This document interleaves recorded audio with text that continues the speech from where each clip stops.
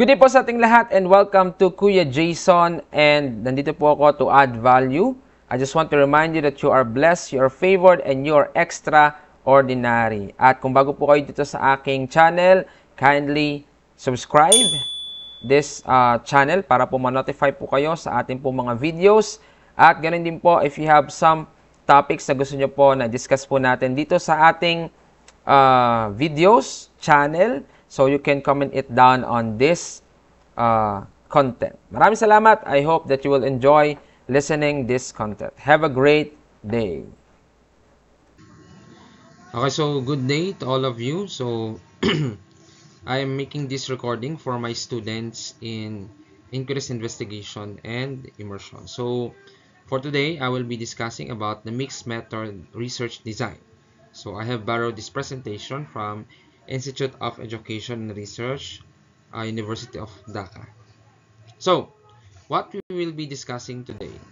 So first, we will be discussing the definition of mixed method research, the basic characteristic of mixed method research, when we conduct a mixed method study, reason for using mixed method, the types of mixed method research, steps for conducting mixed method research, criteria for evaluating mixed method research, and some strengths and weaknesses of the mixed method research or mixed method study. So that will be the topics for this presentation.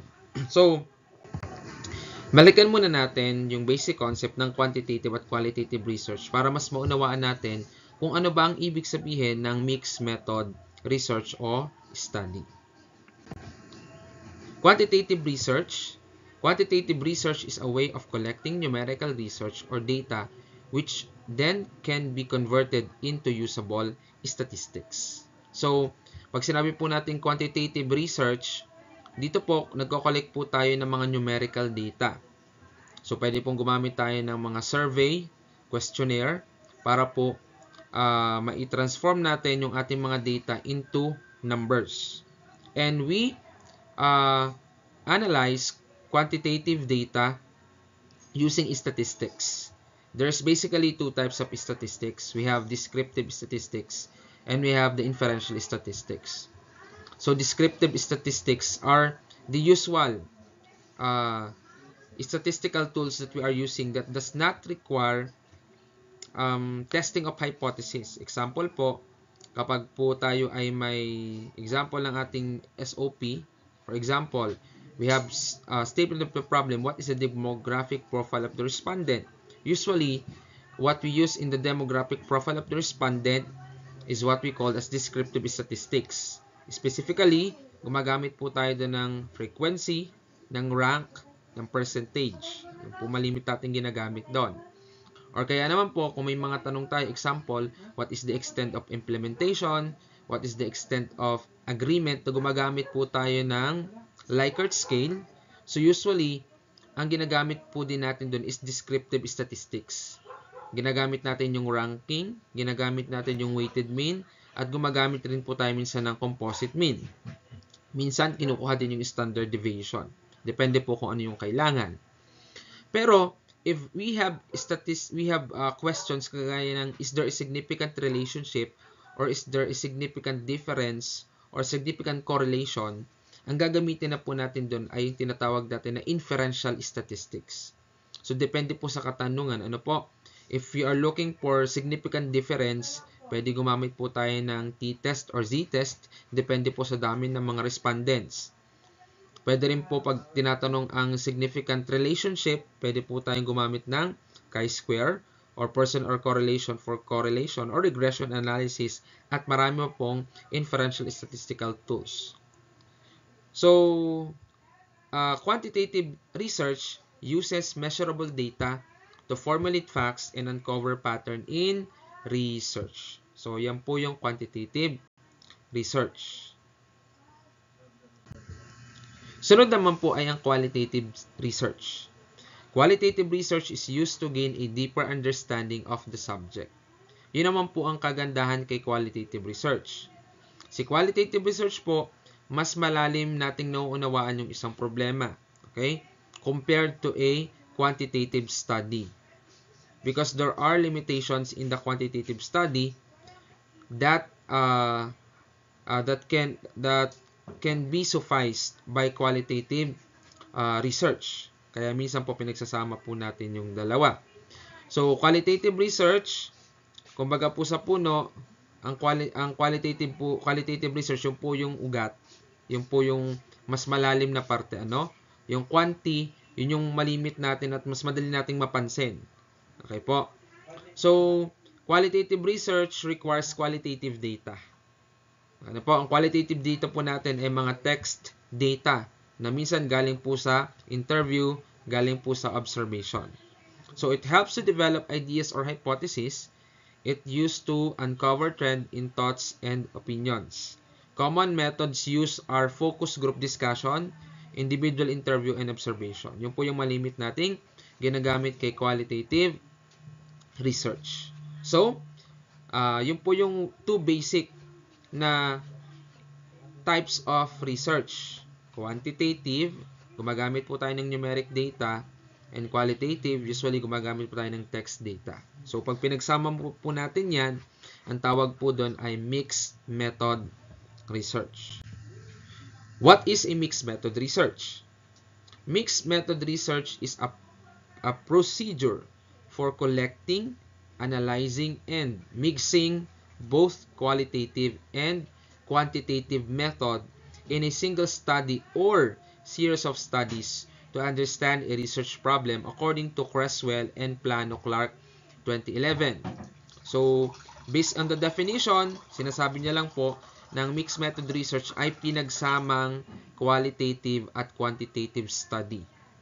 So, what is the purpose for combining both quantitative and qualitative? It's for us to have a better understanding of the research problem.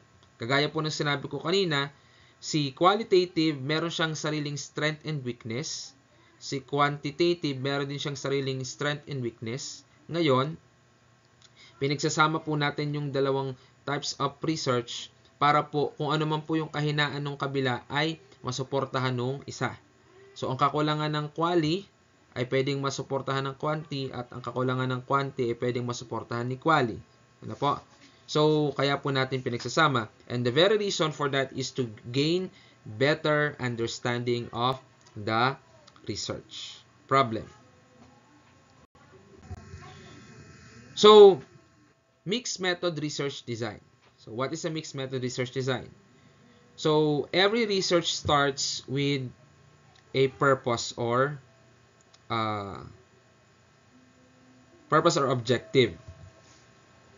So, and out of our research study, we create research questions. Yun na po yung ating, sa iba po ang tawag is statement of the problem. And maganda po, mag-create din tayo po ng research plan bago natin simulan o bago tayo mag-conduct ng isang research. So, what is a research plan? It is a logical description of how data would be collected and how the specific research questions will be answered in a study. So, yan po ang ibig sabihin ng research plan. So, what is a mixed method design? So, mixed method design uses qualitative and quantitative approaches, qualitative and quantitative data collection strategies, qualitative and quantitative data analysis, and qualitative and quantitative sampling techniques. So, that is how we can describe a mixed method design. So, let's go to the first one. So, a mixed method design used both qualitative and quantitative approach. So, we have different approach in quali and quanti, especially when we are writing the statement of the problem. So, pag quanti po, usually, yung ating mga statement of problem nagsisimula sa what. What is the demographic profile of the respondent? What is the degree of agreement? What is the degree of implementation? Etc. Okay? Usually po what, ano? And then, pag naman po qualitative, usually, gumagamit tayo ng how. How are the experiences of the students be described? So, yun po yung usually. Although, may iba po pang ginagamit na mga tanong, pero malimit po gamitin yung salitang how sa isang qualitative study. Next, mixed method design. So, it uses qualitative and quantitative data collection strategies. So, these two types of data needs also different types of collection. Example, for qualitative po, ang data collection strategies natin na pwedeng gamitin ay pwede po siyang individual interview, pwedeng focus group discussion, or pwedeng observation. Or pwede rin po documentary or other qualitative data strategies. Pero po yun ang malimit natin ginagamit. For on the other hand, in quantitative, we can use survey, we can use questionnaire, or pwede rin gumamit tayo ng mga test. Okay? At marami pa rin pong pwedeng gamitin. So, in a mixed method design, pinaghahalo po natin yan kasi it requires us to use both qualitative and quantitative data collection strategies. And, kung meron po tayong qualitative and quantitative data collection strategies, meron din tayong qualitative and quantitative data analysis. Kasi nga po, it is a mixed method study, and in a mixed method study, meron tayong dalawang klase ng data, numeric data and text data. So, sa quantitative data analysis, gagamit po tayo dyan ng statistics. Pwede po siyang descriptive. Ano po yung mga nasa descriptive natin? Yan po yung mga weighted mean, composite mean, rank, percentage, frequency, standard deviation, so etc. And then, pwede rin po siyang inferential statistics. Yung mga test po natin, F-test, Z-test, E-test, person-R correlation, chi-square, etc. So, and yun po ang para sa quantitative. Para naman po sa qualitative, pwede po ang pag-analyze po natin is through a thematic analysis or discourse analysis. Pero ang malimit po natin at iba pa po, marami pa pong types of analysis, documentary analysis. Pero po ang malimit po natin ginagamit is thematic analysis. Ano po? And then, gagamit din tayo ng qualitative and quantitative sampling technique. So, alam naman po natin, pag quantitative, marami po tayong respondents. Sa isang quantitative, ang tawag po natin sa mga nagsasagot ng mga questionnaires natin is respondents. Sa qualitative naman po, which is mas kakaunti, okay, mga 5, at least 5, and then, siguro, I think marami na po yung 10, ay tayo po ay gumagamit na, ang tawag po natin sa mga ini-interview natin is participants or co-participants of the study. So, yun po yung kaiba nila. So, since it is a mixed method study, we both have respondents and participants of the study. So, paano po? So, pareho po natin yung gagamitin. Kay quantitative po, syempre, meron tayong population, and then out of the population, we will get the sampling.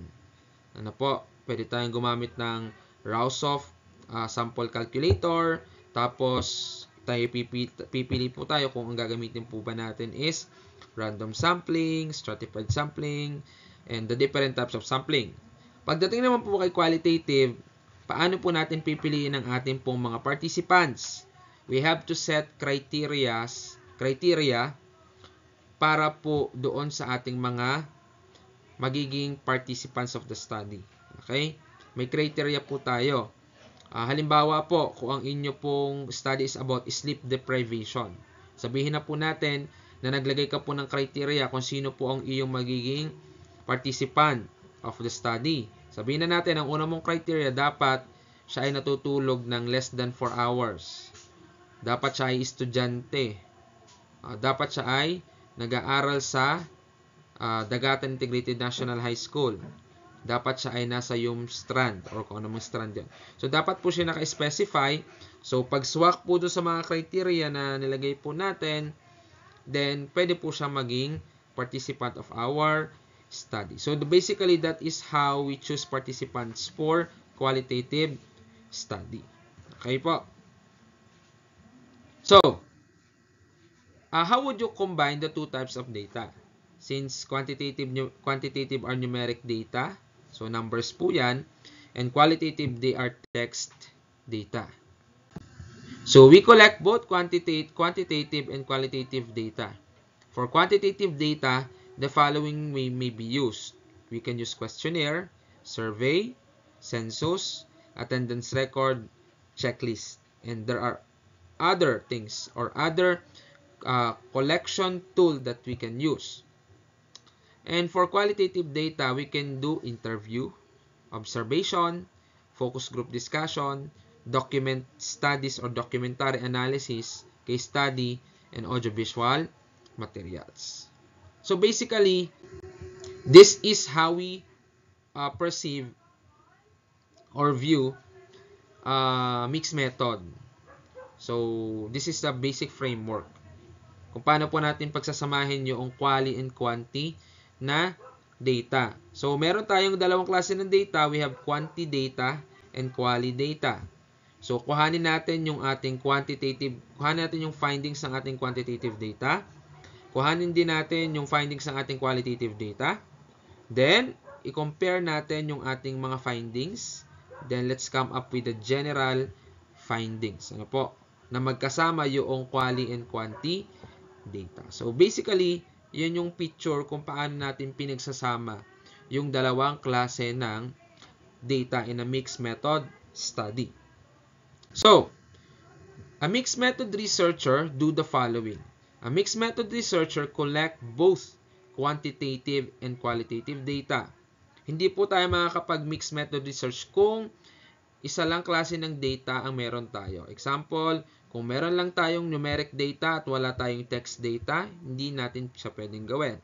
Kung meron lang tayong text data pero wala tayong numeric data, hindi rin natin siya pwedeng gawin. Dapat meron tayong pareho ng text data, numeric data, para magawa natin si mixed method research. Then, mixes them. Mixes them at the same time, concurrently, or one after another sequentially.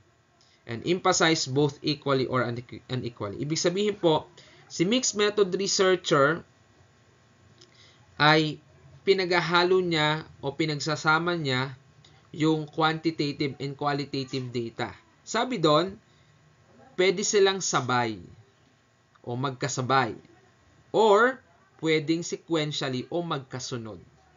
So, yun po. Tandaan, in mixing quantitative and qualitative data, pwede silang magkasabay o pwede silang magkasunod. Depende po sa inyong gusto at sa kung anong klaseng design. Specific mixed method research design yung inyong gagawin. So, basic characteristics. So, number one is you need to provide rationale for the design. Bakit nyo gagamitin yung mixed method? So, usually, we will be using mixed method research design because we believe that qualitative or quantitative research approach alone cannot give us a clear understanding of the research problem or research focus or topic that we are studying. Therefore, we decided to make it or to choose a design that is mixed method. So, basically, yan po yung magiging dahilan natin. Then, include collecting qualitative and quantitative data. Consider the priority. Then, consider the sequence. Consider the priority means, alin ba ang mas priority? Quali ba, quanti, o pareho? Consider the sequence. Alin kaya ang mauuna sa pagko-collect? Mauuna ba si quali data? Mauuna ba si quanti data? O magkasabay silang kukolektahin? And then match the data analysis to a design. And mas maganda po, mag-create po tayo ng diagram para po mas makita po natin yung kabuuan ng ating pag-aaral. So, why do you conduct a mixed method study? So, when number one po, we will conduct when magkukonduct tayo ng mixed method study kapag meron tayong parehong quanti and quali data. The absence of one will not enable us to conduct a mixed method study. Kailangan parehong present yung quantitative and qualitative data. Next is, when one of the research is not enough to explain or answer the question. Ibig sabihin, Pag quali lang, hindi sapat na sagutin yung tanong. O pag quanti lang, hindi sapat na sagutin yung isang tanong. So, kailangan gawin natin siyang mixed method. Next, when you want qualitative research to support and explain quantitative findings. Yes, we have quantitative findings and we want to solidify the findings by providing a qualitative data. So, pwede po yun. Ano po?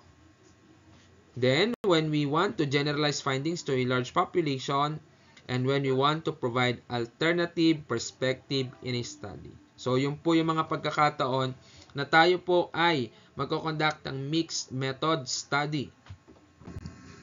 So, what are the reason for using mixed methods? Number 1 is to explain and to interpret. Again, the reason why we will be using mixed method for us to have better understanding of the research problem, to explain it and to interpret it in a better way.